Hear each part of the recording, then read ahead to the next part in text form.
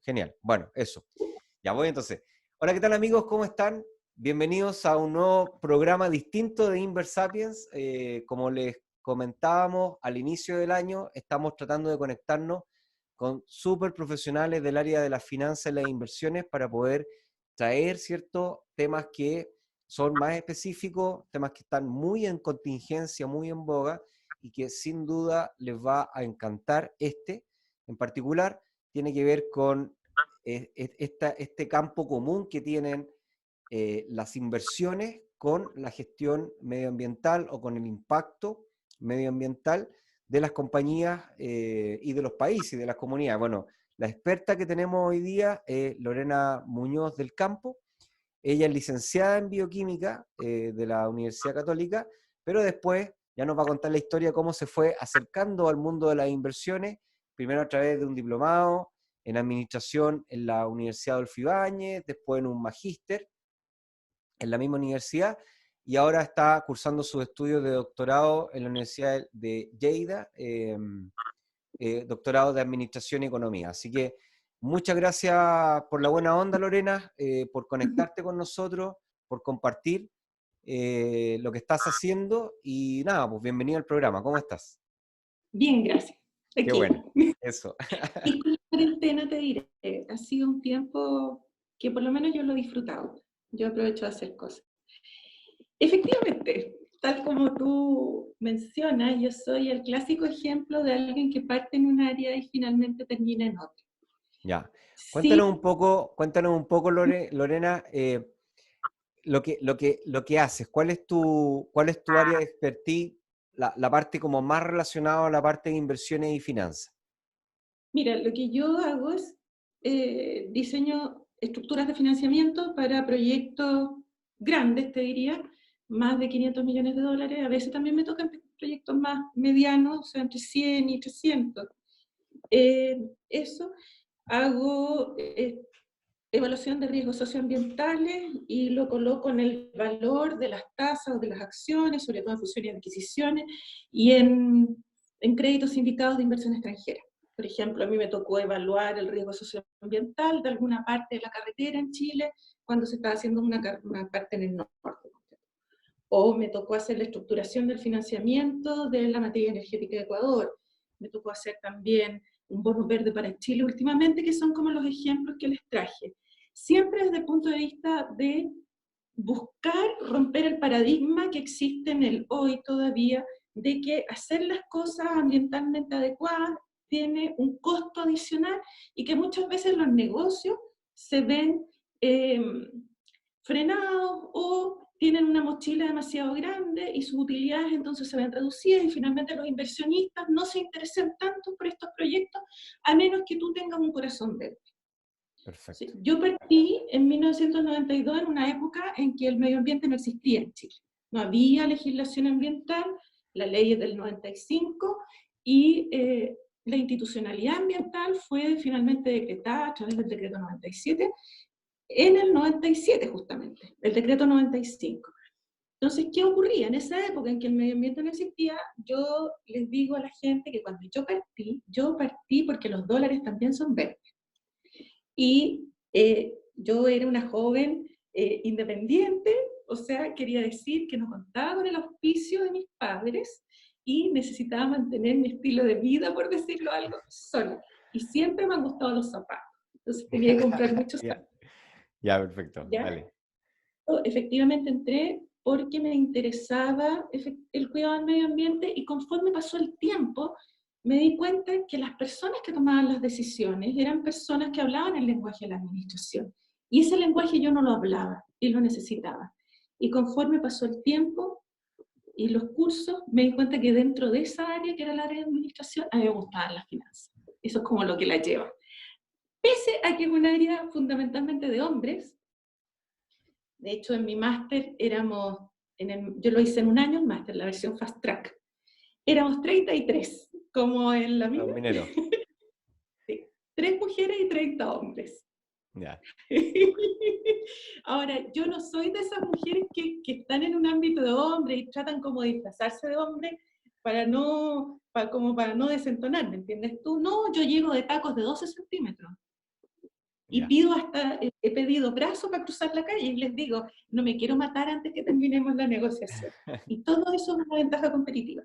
Ya, Sí. perfecto. Oye, Lore, cuéntame un poco de cómo se ha ido cambiando la mentalidad del hombre de negocio, cómo se ha ido cambiando la mentalidad también del inversionista respecto de los temas ambientales. Me imagino que post, o sea, pre-2010, me imagino que estamos en una época en donde las partes como ambientales, las exigencias ambientales eran una exigencia, una carga, una mochila, eran Eso. evitados o cumplidos al mínimo, incluso en muchos casos no cumplidos.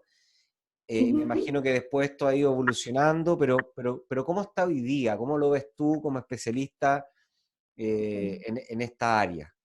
¿Ves que nos falta? ¿Cómo estamos respecto, por ejemplo, con otros países latinoamericanos que te ha tocado trabajar, o incluso con otros países en otras partes del mundo? A ver, nosotros somos OCDE hace poco tiempo, desde el 2010. De hecho, a mí me tocó hacer varias evaluaciones de cómo afectaba a Chile desde el punto de vista de la competitividad internacional, el tema de la entrada a la OCDE con los cambios en la posición de los tratados internacionales. La gestión del medio ambiente en general se divide en 5 fases. Una primera fase es la fase como reactiva. Se llama fase reactiva, de hecho.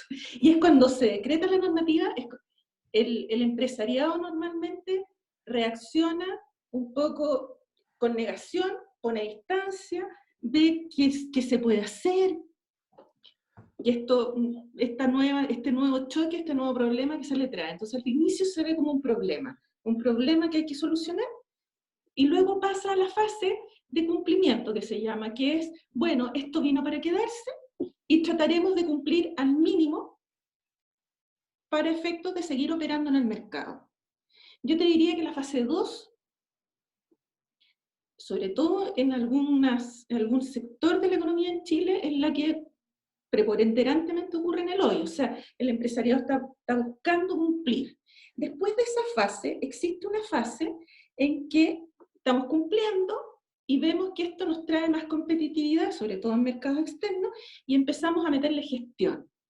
Y esa es la fase en que la gente implementa ISO 9000, la fase de las ISO. Ya, perfecto.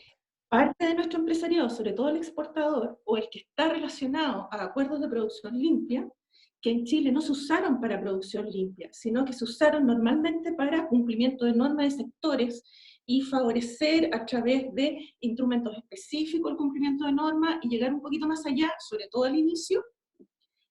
Esa fase es la fase que muchos de nuestros empresariados exportador hizo durante los 2005 hasta el 2010. Y luego de eso viene una fase en Chile, producto de la entrada de la OCDE, en que nosotros tratamos de fuerte empezar a implementar producción limpia.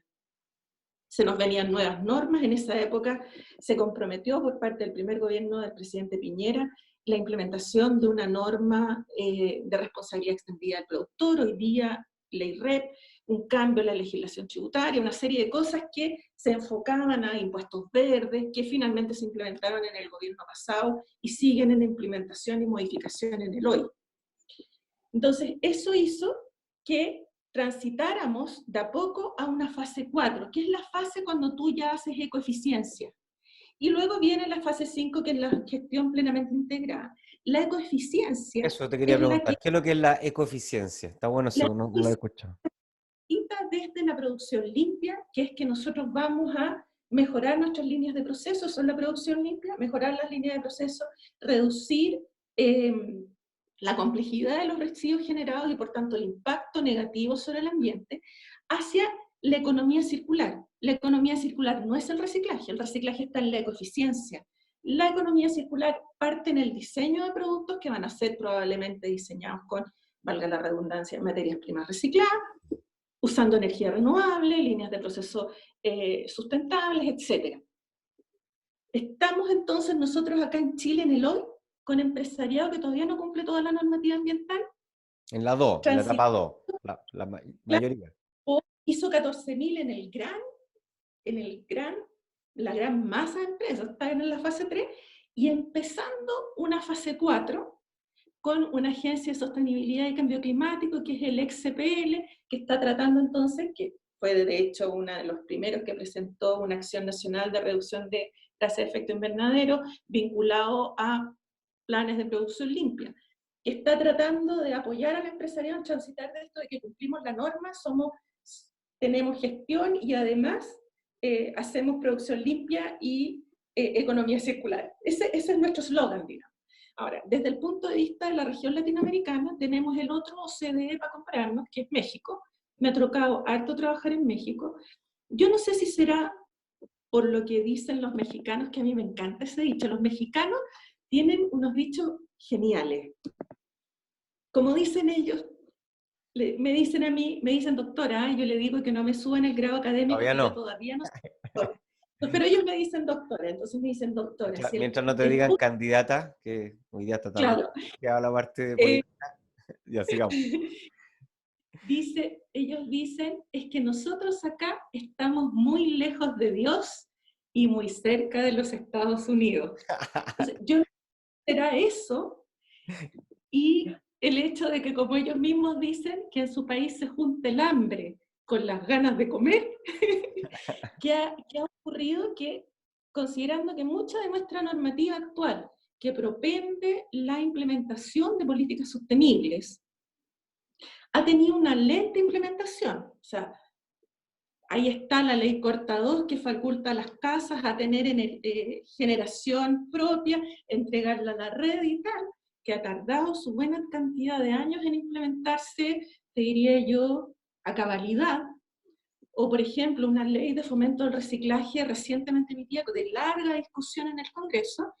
Ellos han sido más efectivos, te diría yo, en la implementación de la misma normativa. Ellos también tienen una ley similar a la ley REP, que se llama Ley de Residuos. A mí me tocó hacer la norma asociada a la ley de residuos, la norma para reciclaje de plástico en México. Y también me tocó hablar de este tema que te decía yo de la estructuración del financiamiento para la matriz energética de Ecuador, cuando ellos lanzaron su ley Corta 2, el equivalente a la ley Corta 2 en el año 16. Y efectivamente, esto entró en rápida implementación. O sea, ya en el año 18, eso ya estaba totalmente reglamentado, cómo iba a ocurrir, dónde iban a estar los generadores, qué tipo de garantías, cómo se iban a tratar. Ellos trabajaron todo lo que eran las instalaciones como inmobiliario, entonces se suscribieron créditos, hicieron toda una serie de cosas muy rápido en el mercado para adecuarse.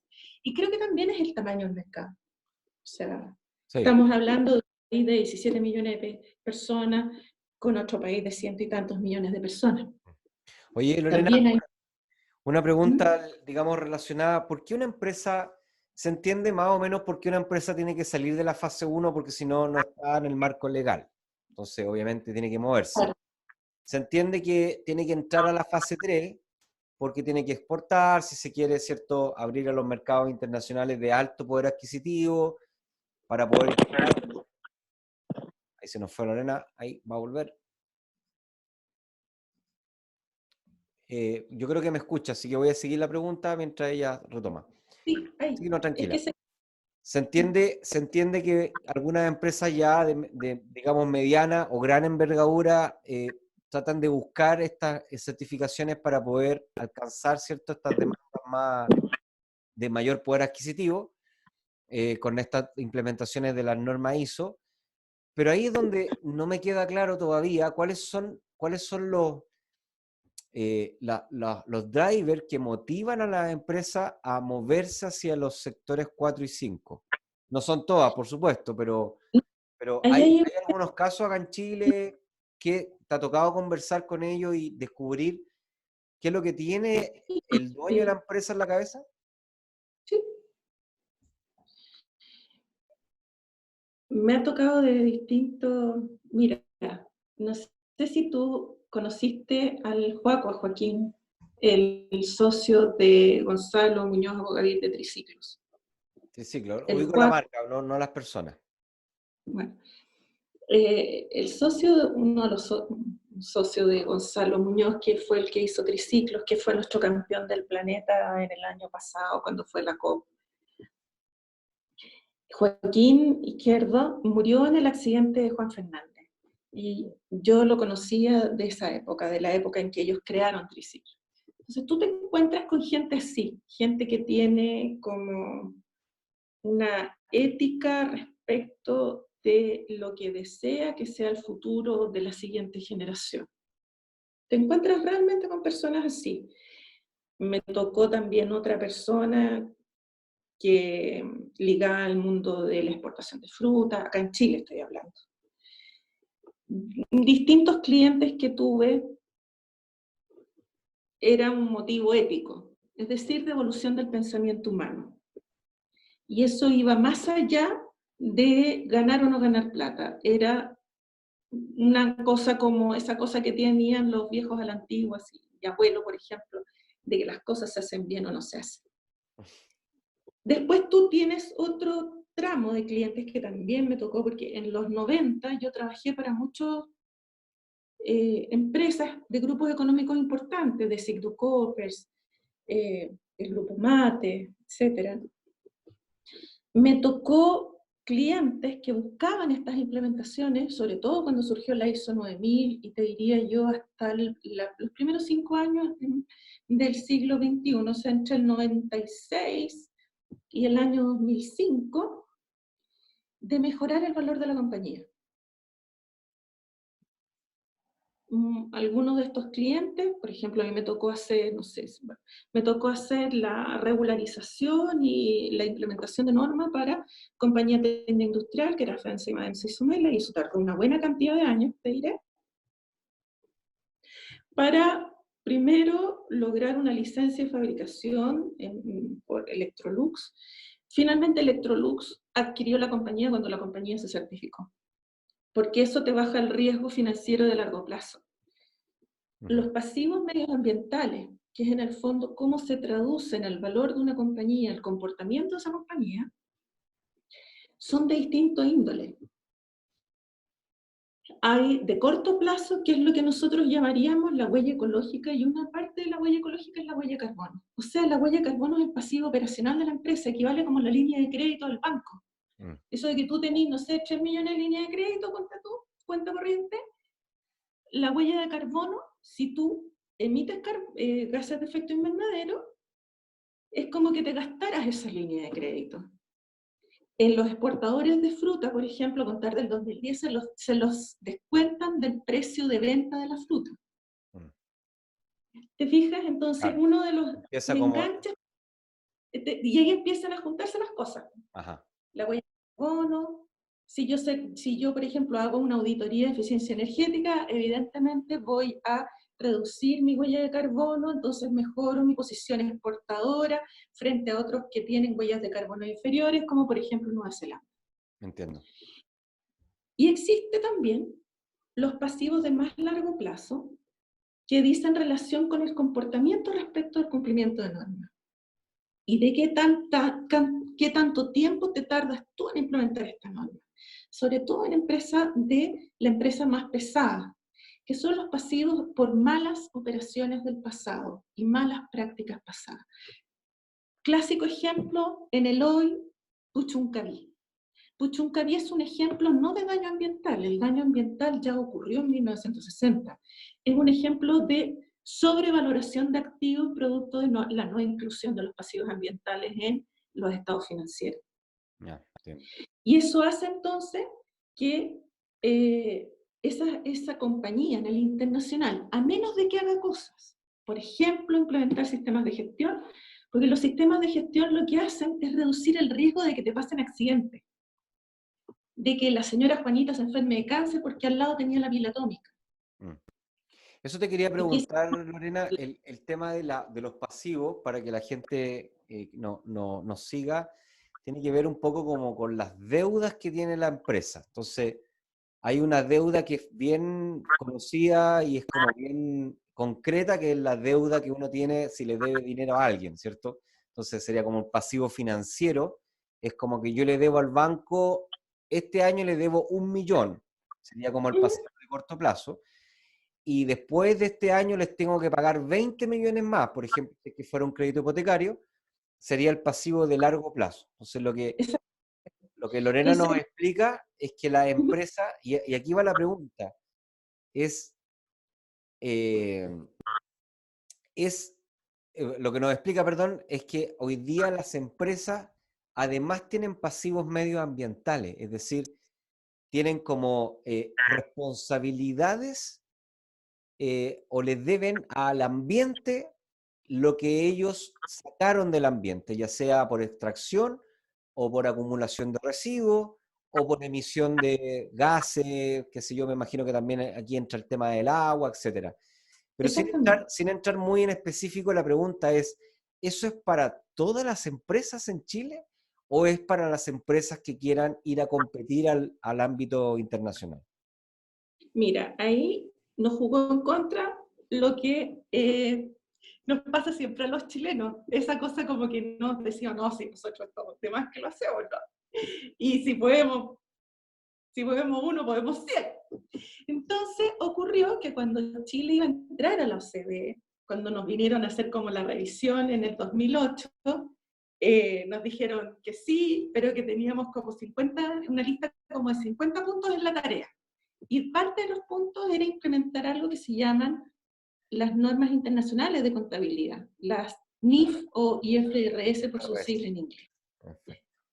Y dentro de los puntos de Ahí estas está. normas internacionales había un puntito que decía en el pasivo contingente incluir los pasivos ambientales porque había que transparentar al mercado. Ya. Considerar que esto no es una tarea fácil porque se requieren especialistas y estilo astronautas, que entiendan la ciencia, como alguien, por ejemplo, que se llama Lorena Muñoz del Campo. Aprovechemos ahí de pasar el aviso.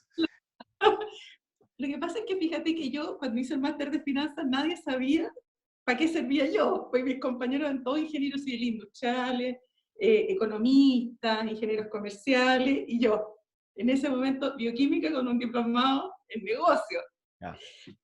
De hecho, yo decía que yo estaba ahí porque en ese momento yo hacía estos proyectos de bono de carbono y mis compañeros pensaban que yo vendía carbón, así como el asado. Claro, hagamos un asado y llaman a la Lorena que se traiga un carbono. Carbón. Oye, Lorena, pero Entonces, volvamos al tema. Entonces, claro, en ese entonces, momento, ¿cuál es el tema? no, el tema era En ese, ese, ¿todas las no, no, empresas tienen que cumplir o no? sí, en ese momento, ¿qué ocurrió? Que era el 2008. Entonces Chile dijo, nosotros vamos a implementar para el 2010 el tema de IFRS. OCDE lo pide solamente para las sociedades anónimas con presencia bursátil. De hecho, los primeros que la implementaron en el año 2009 fueron los bancos. Pero el Colegio de Contadores de Chile, en este espíritu que te decía yo, de que si hacemos una, hacemos dos y no hay primera sin segunda, dijo que todas las sociedades anónimas de Chile, y posteriormente dijo todas las empresas, Ya, entiendo. sin ser necesario, sin ser una exigencia de OCDE. Voluntariamente se hizo. Y de hecho, se han hecho seminarios para que los contadores se actualicen y una serie de cosas, pero el tema del pasivo ambiental, tal como me dijo en esa oportunidad el profesor de IFRS, yo le pregunté, ¿y cómo van a hacer lo del pasivo ambiental? Porque yo había calculado desde el año 93 o 94 pasivos ambientales, y no es un procedimiento fácil, y no es un procedimiento barato, ¿ok?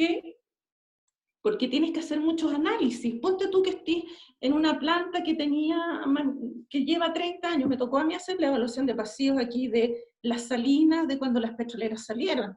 Mm. Eso no es barato de hacer, los O seguimientos son los caros. relaves mineros, me imagino que son O sea, era una cuestión que tú kilómetros, dices, kilómetros y kilómetros de... y que hay que hacer pozos y una serie de cuestiones. Entonces yo pregunté, oiga, ¿y cómo lo van a hacer? Entonces el profesor me dice, muy fácil, Lorena. Van a haber expertos como usted, y ahí mis compañeros dijeron, o sea, la Lorena hace eso, que nos van a dar una cifra, y nosotros la colocaremos en los estados financieros. Ah, Y esa cifra, yo he revisado los 320 estados financieros que se presentan en la SBS desde el año 2010 en adelante, y ninguno lo presenta. mm, ¿Y qué implica esto? La competitividad del empresariado chileno, por tanto, empieza a disminuir. Las tasas de interés aplicadas a la inversión en Chile bajan. Los inversionistas, que cada vez les importa más el tema ambiental, empiezan a irse desde el país y prefieren otro país que sí lo tenga implementado. entiendo. México, otro OCDE. ¿Qué hizo México? Como dicen ellos, y ese es otro dicho que tienen, que siempre, que ahí todos tienen que ganar, pero la pega se tiene que hacer. Entonces, Está ellos te bueno. dicen, somos corruptos, pero la pega se hace. Y tienen unas escalas de ellos, entre ellos mismos se arreglan. Ellos prometieron solo las sociedades con presencia bursátil. ¿Y qué hicieron paralelamente? Hicieron en la Bolsa de Comercio de México, se abrió un departamento que se llama México 2. Y en el fondo lo que hacen ellos es que todos estos pasivos, tú los puedes, porque eso es lo bonito de las cosas, cuando uno tiene una deuda, ¿qué te dice cuando uno tiene como 10 tarjetas y entonces las tienes todas copadas? Tú puedes reestructurar tu deuda, tú puedes renegociar tu deuda. Lo mismo pasa con las deudas del medio ambiente. Perfecto. Tú las puedes reestructurar, tú las puedes reordenar, tú puedes generar planes, pero primero tienes que reconocer la deuda. O sea, esto es como ir al doctor que te dijo que tienen que está cargadito al kilo y que tenéis que bajar, pesar 20 kilos menos, y uno no pesa 20 kilos menos hace 40 años atrás. Eso, y de ahí hacer la dieta y ves la mejoría. El punto es que nosotros todavía no estamos en esa parte, lamentablemente. ¿Y Y tú lamentablemente... piensas, y tú piensas que esto, digamos, siempre los expertos tienen como una especie de, no digamos una bola de cristal, pero tienes tu opinión respecto porque esto siempre termina cayendo?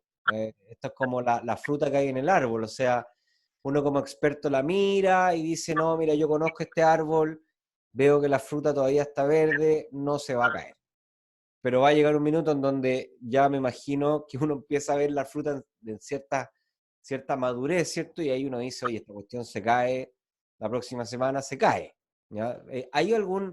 ¿Cuál es tu feeling respecto de la reacción que podamos tener como país también y como mercado financiero respecto a este tema de los pasivos ambientales? Mira, yo creo que el tema del estallido social ha puesto en la palestra las inversiones socioambientales, más allá de la donación que pueden hacer las compañías como responsabilidad social empresarial, de generar inversiones que sean más verdes.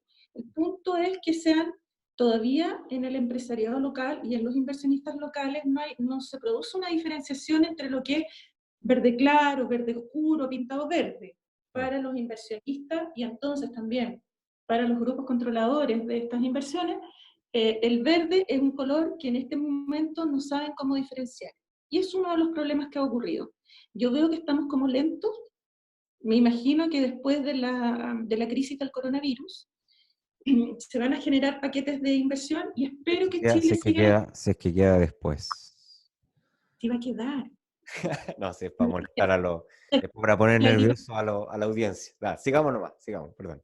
Entonces, después de esta crisis, o sea, después de la epidemia, de la crisis por la epidemia de coronavirus, OCDE, la Unión Europea, está recomendando generar programas de acción vinculados a economía circular. ¿Y qué te dice eso? ¿Por qué? Porque se dice, oye, uno de los problemas por los cuales ocurrió la pandemia es el estilo de vida poco sostenible que tenemos como sociedades. Nosotros tendríamos que transitar hacia una sociedad con un estilo de vida más sostenible, cosa que no estamos haciendo. Nosotros mismos no somos sostenibles. O sea, esto te lo ha demostrado. Entonces, yo cuando esto salió hace como 3 días atrás, le eché una mirada, o sea, me lo leí en realidad, y lo que tú ves detrás de todo esto es dejemos caer los que no son verdes. O sea, si vamos a una crisis, o sea, si vamos a tirar una bomba que sea atómica, si vamos a hacer un pecado que sea pecado mortal, si esto es como cuando estás a dieta y te invitan a un asado y dices, ya, voy a comer ensaladita. No, cómete papita, el asado, los chagos, el postre, el bajativo. Porque en el fondo deberíamos aprovechar la contingencia. El tema es que nosotros estamos muy apalancados. ¿Qué quiere decir apalancar? Yo he hablado harto de los pasivos y en general uno podría decir en términos muy simples, un activo es lo que uno tiene, el auto, la casa, la ropa, los zapatos, etc. Las empresas tienen cosas entonces y las tienen que financiar de alguna manera. Entonces uno se financia con la plata que gana del sueldo y con crédito, y se financia con la tarjeta de crédito, y créditos de corto plazo, digamos, y la casa normalmente es un crédito a largo plazo. El país, digamos, las empresas hacen lo mismo, se financian en el corto plazo y se financian en el largo plazo. El punto es que hasta ahora nosotros no habíamos reconocido que dentro de esta función de productividad, donde nosotros tenemos los trabajadores y las empresas, existe un tercer elemento, que es el medio ambiente, que siempre en economía se dice ceteris paribus, Claro. Capital, que es, capital and labor, listo. Sigamos. claro, sacamos el medio ambiente y dejamos los trabajadores, y le damos a la productividad así. Si tú a nuestra productividad, la productividad de Chile, le incorporas la variable ambiental, queda como más peor, digamos, como quien dice, como dicen en el campo, nos vamos de Guatapique a Guatapeor. ¿Por qué? Porque efectivamente tenemos una fuerza laboral que está poco capacitada, que tiene bajas capacidades lectoescritoras, más bajo que otros homólogos de igual PIB en la OCDE. Pero además de eso tenemos una huella ecológica muy alta, es decir, gastamos mucho medio ambiente para producir poco. No, está extraordinario. ¿Te fijas? Entonces, ¿qué pasa? No solo es la brecha digital, porque en este momento estamos entrando a la cuarta fase de la revolución industrial, con toda esta cuestión de que van a venir los robots y todo lo demás. Estamos en esa fase, pero esa fase ya trae incluido el medio ambiente en sí misma. Porque en el mundo del año 2030, donde tenemos que mantener un cierto sistema climático, economías tan ineficientes desde el punto de vista ambiental no son sostenibles ni económica ni financieramente. Wow. Tipo, si ese es el tema, si esta cuestión, yo partí en el área de medio ambiente desde el punto de vista de las finanzas. Entonces, claro, veo las personas como de cajón, ¿me entendí? O sea, les calculo el índice de desarrollo humano y te das cuenta de que las políticas del Estado no están incluyendo este tema. Nosotros, por ejemplo, en Chile, tenemos un impuesto al carbono de $100 por tonelada para las empresas eléctricas. Nuestro sistema eléctrico es fundamentalmente fósil en el hoy. La gente tiene la visión de que los paneles solares, las torres eólicas que uno ve cuando anda en avión para el norte, se ven las torres eólicas y todo lo demás. Pero eso no representa más del 10% de nuestra producción de energía eléctrica. Y si tú te vas a la producción y el uso de energía total del país, es ínfimo. Más del 60% de la energía usada en Chile es fósil. Y eso ahí estamos hablando también de los vehículos, los transportes. Tenemos No, que la gente cree que la gente a veces piensa, o yo pienso a veces que eléctrico es como el enchufe. Pero claro, no, es movilidad, o sea, es energía en realidad, no es calor, eléctrico. transporte y electricidad. Entonces, en ese sentido, nosotros no hemos hecho ese tránsito, se le puso un impuesto. El costo de reducir una tonelada de dióxido de carbono equivalente, es decir, una tonelada de este gas de efecto invernadero, para lograr las metas de Chile, las mismas que se puso Chile para el 2030, es de $189 por tonelada. Y en costo social, el impacto social de ese carbono en las personas es de $40 por tonelada. Y el impuesto es de 5. Ya. Entonces, ¿qué ocurre? Estamos, al igual que estamos apalancados en el ambiente, en el fondo. Estamos apalancados, estamos sobreendeudados ambientalmente. El Estado está echando encima la deuda, se le está sacando de encima a un costo muy bajo al que está produciendo la deuda y se la está traspasando a la sociedad.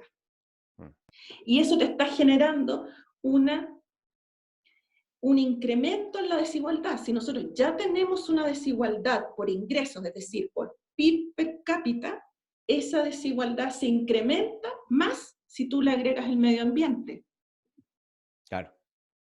Wow. Entonces, cuando a mí me tocó diseñar el bono para Chile, y me pidieron que fuera en el área de energía, yo lo que diseñé fue la estructura de un bono que iba a entrar al país, que iba a generar un incremento del PIB producto de que el Estado no va a estar gastando plata en eso, pero además diseñé instrumentos económicos que ayudaran a que estas personas, que son más o menos el 60% del mercado en Chile, del mercado financiero, pudieran acceder a créditos blandos de largo plazo, con garantías del Fondo Global del Fondo del Carbono Verde, para mejorar los envolventes técnicos de las viviendas y colocar energía fotovoltaica. Es que pasé 2 días en teleconferencia de 6 horas explicándole a los asesores del ministerio.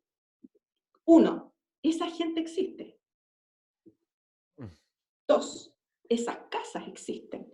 3, esa gente no tiene tarjetas de crédito de 8 millones de pesos para ir a comprar los paneles solares al Sodimac. Y después de eso, de 2 días de 6 horas en teleconferencia, porque yo no iba a ir a Santiago a eso,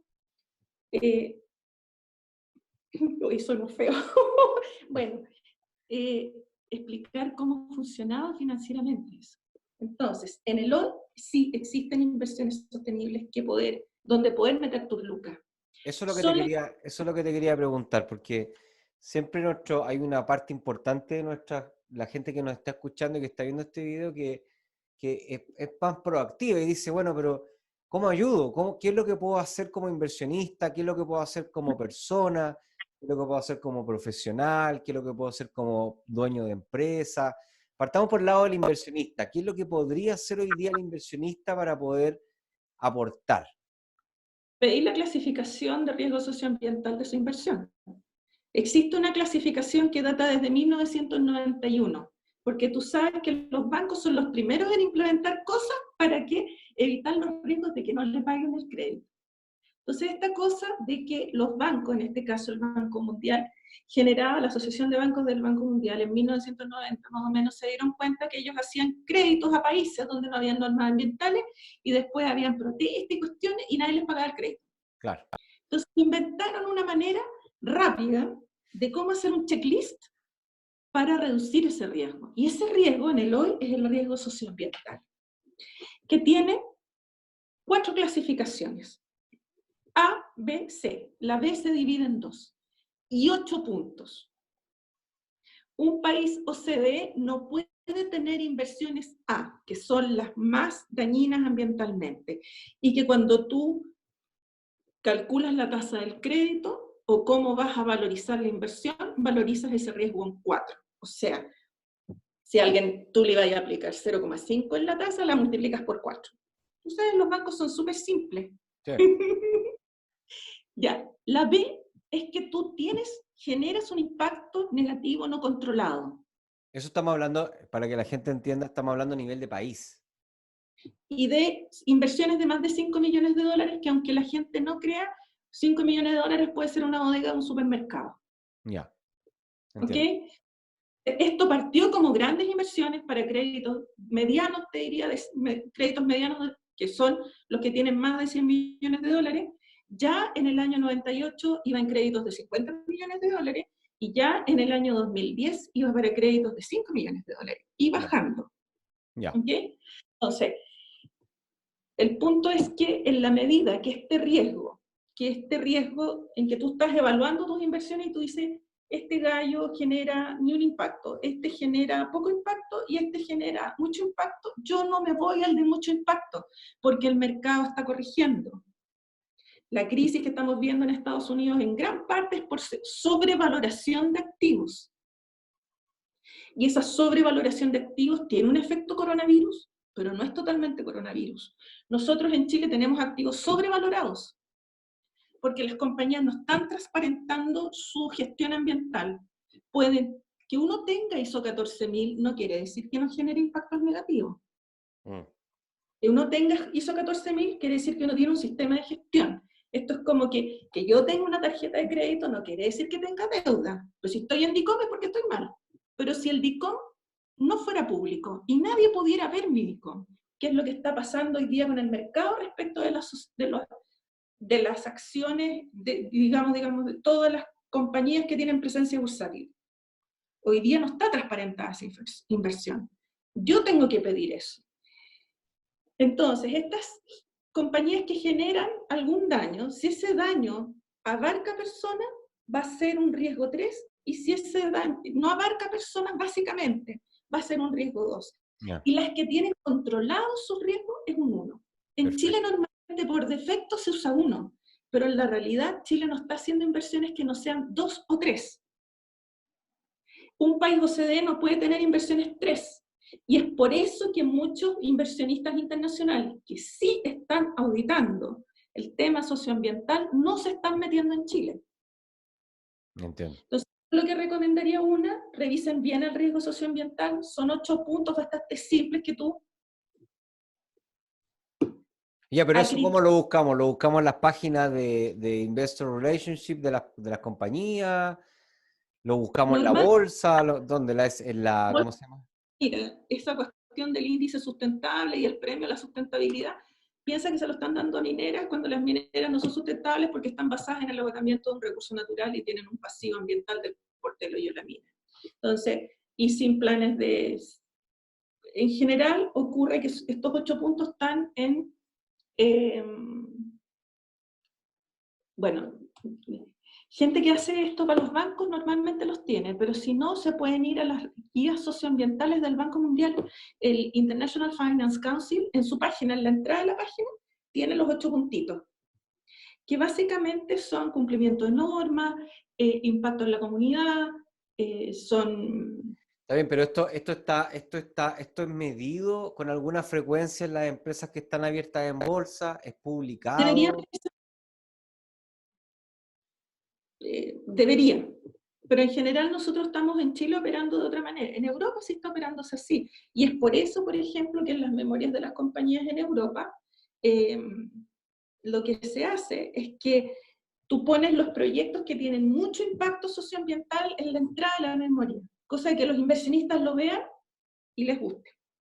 Ejemplo, las abuelitas que cruzan la calle, los indiecitos de no sé dónde, los niñitos negros de no sé quién, ¿me entiendes?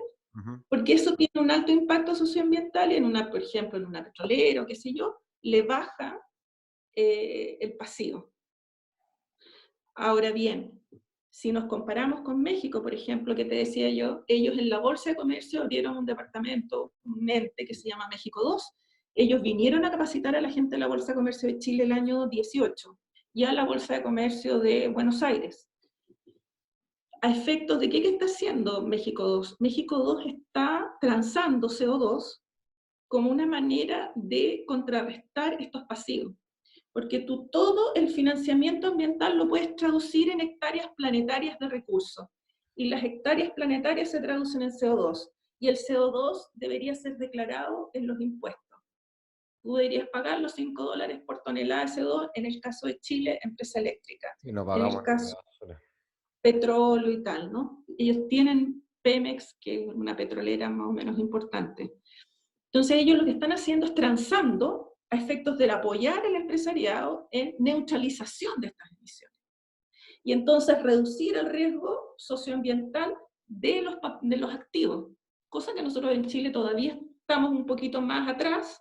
Sí estamos avanzando, yo te diría que el empresariado chileno se está interesando en los temas socioambientales, bastante más allá de lo que uno podría prever para una economía tan apalancada.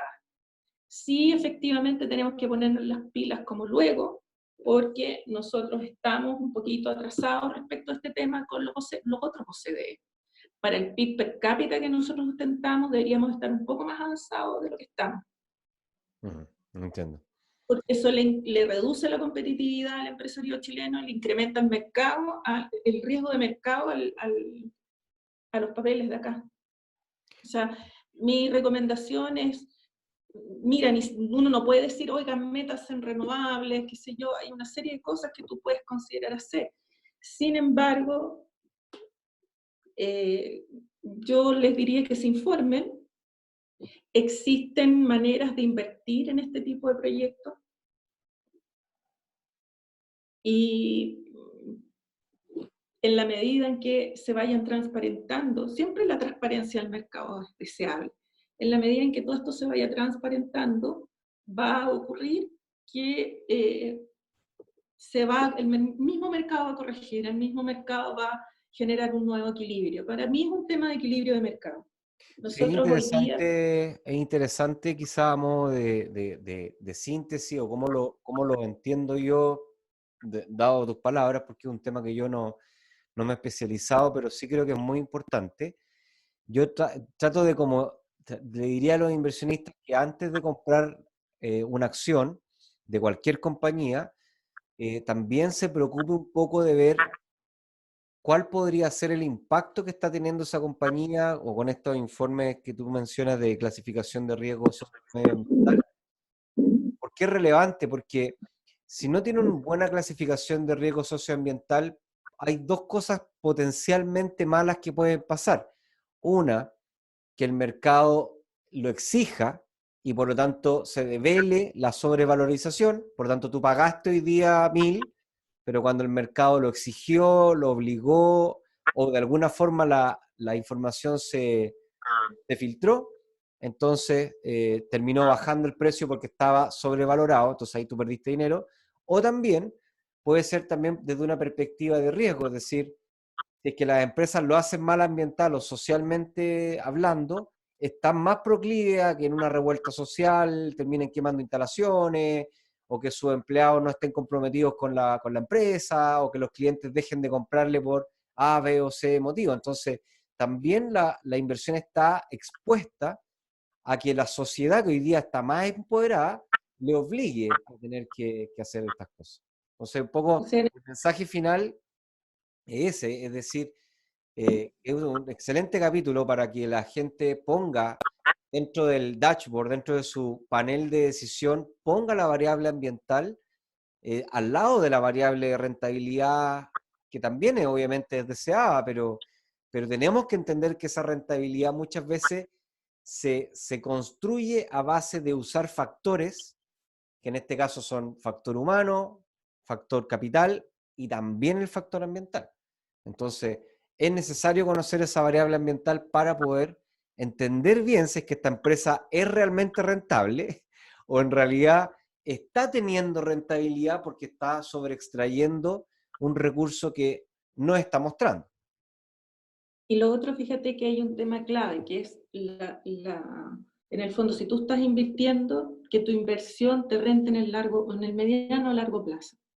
Ya en el año 2008, eh, en la Bolsa de Londres se empezó a evaluar el hecho de que existían riesgos que eran sobre las inversiones que iban más allá de esta gestión particular, lo que veíamos siempre, los trabajadores y en el fondo las máquinas, como quien dice, la empresa.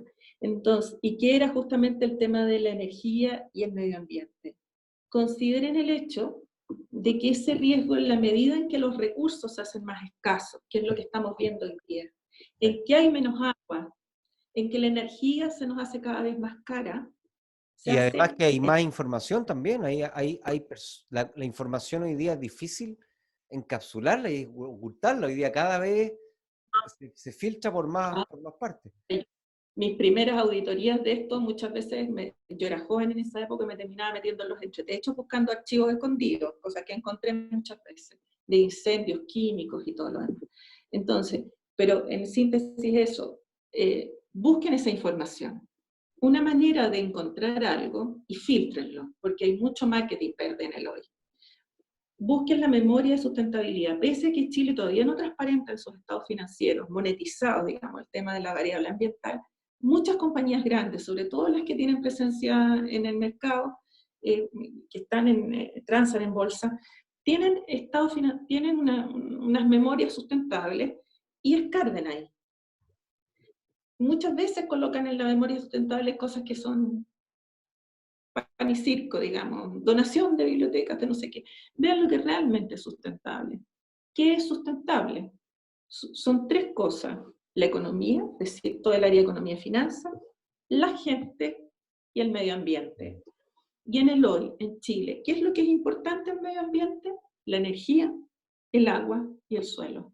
Entonces, si tú ves cosas que propician que esa empresa se hace más independiente desde el punto de vista energético, eso quiere decir que esa compañía está haciendo lo mejor en términos de medio ambiente que otra que no lo está haciendo. Si tú ves que esa empresa está propiciando, por ejemplo, cambios en las líneas de proceso, etcétera, que hacen que su impacto sobre el medio ambiente se reduzca, esa compañía va a tener menos problemas porque está transparentando su inversión. Y en el largo plazo va a ser un mejor papel que una que no lo está haciendo. Porque esas son las cosas que realmente son verdes. Si, por ejemplo, tiene un acuerdo con la comunidad respecto de ciertos puntos, esa comunidad no se va a tirar encima de esa compañía y te va a dar menor riesgo socioambiental y mayor rentabilidad en el largo plazo. Y Okay. son compañías que van a ser más competitivas respecto de líneas de financiamiento internacionales que son de menor costo porque uno de los puntos de la rentabilidad de una empresa, de la rentabilidad lucas, digamos, de la empresa, es el costo de financiamiento. Sí. Hablamos de financiamiento ambiental, pero ese financiamiento ambiental está ahora impactando el financiamiento de las lucas de verdad. Y esas lucas de verdad, entonces, si aumentan de precio, baja la rentabilidad de la empresa, porque la empresa se le hace más caro seguir operando. Entonces, hay muchas líneas de financiamiento internacionales para proyectos que, tal como te decía yo, ya no son tirados las mechas. Estamos hablando de 5 millones de dólares, 3 millones de dólares, que no es tanto. No, no es tanto. Nada, o sea, 200 millones de pesos, no, a ver, 2.000 millones de pesos, no es tanto. Entonces, ¿qué pasa? Si para eso te están midiendo esto y te baja el costo del financiamiento, pero te baja brutalmente. A mí me tocó en Ecuador, que es un país pequeño, con un puro banco, que era el Banco de Pichincha, financiar esa matriz energética que eran 4.300 millones de dólares y les bajé la tasa de financiamiento en créditos de 50 años de 10.9% a 5,65%. Es mucho Y dinero. eso que ese país creció 5 puntos porcentuales más que Chile, que era el que más crecía en ese momento en la región. Entonces, el impacto que puede tener hacer bien las cosas en términos ambientales para un país es incrementar el PIB, para una compañía es reducir el costo del financiamiento de la compañía. Por ejemplo, un Codelco, me tocó en alguna oportunidad explicarle al gerente de finanzas cómo operaba esta cuestión y por qué era importante que pusiera a alguien que cachara y no a estudiantes en prácticas al calcular el tema. Les puede redundar en el costo del financiamiento de la operación, de las inversiones, de los mejoramientos. Y ese costo de financiamiento redunda en la utilidad financiera de la compañía y en la sustentabilidad financiera de la misma. Perfecto. Oye, Lorena, extraordinaria la clase que nos diste hoy día. Realmente sí, de verdad, un tema súper, súper atingente. Eh, Además que está muy en boga, ya salieron publicados algunos como trending topics en la humanidad, ¿cierto? Y el tema ambiental salió como tercer lugar de los temas más hablados, más discutidos, más valorizados. Entonces, es algo que se quedó afortunadamente para instalarse definitivamente de una vez por todas. Y creo que a nosotros y además a la gente que nos está escuchando, estos temas, esta introducción que nos diste rápida a todo este mundo, que por cierto tiene mucho más detalle, mucho más estudio y que requiere mucho más profundización, fue pero invaluable. Así que muchas gracias. Eh, Gracias a ti. esperemos tenerte también como invitada más adelante, a ver si podemos desarrollar algunos temas más específicos. Y nada, invitarlos a todos a que compartan esto porque es urgente que la gente también comience a abrir los ojos y que entienda que el medio ambiente es mucho más allá que el reciclaje, que botar basura, que por cierto es algo importante. Esto tiene que ver también con una educación ciudadana, con una educación digamos, para que el día de mañana podamos tomar elecciones, podamos tomar decisiones de a quién vamos a votar, por quién vamos a votar y por las propuestas que nos interesan. Necesitamos más educación y esta fue una extraordinaria pincelada. Así que, Lorena, de verdad, muchas gracias por esto y nos vemos, ojalá en el futuro, en el podcast. Así que, chao, que les vaya muy bien a todos. Nos vemos en el siguiente episodio. Chao.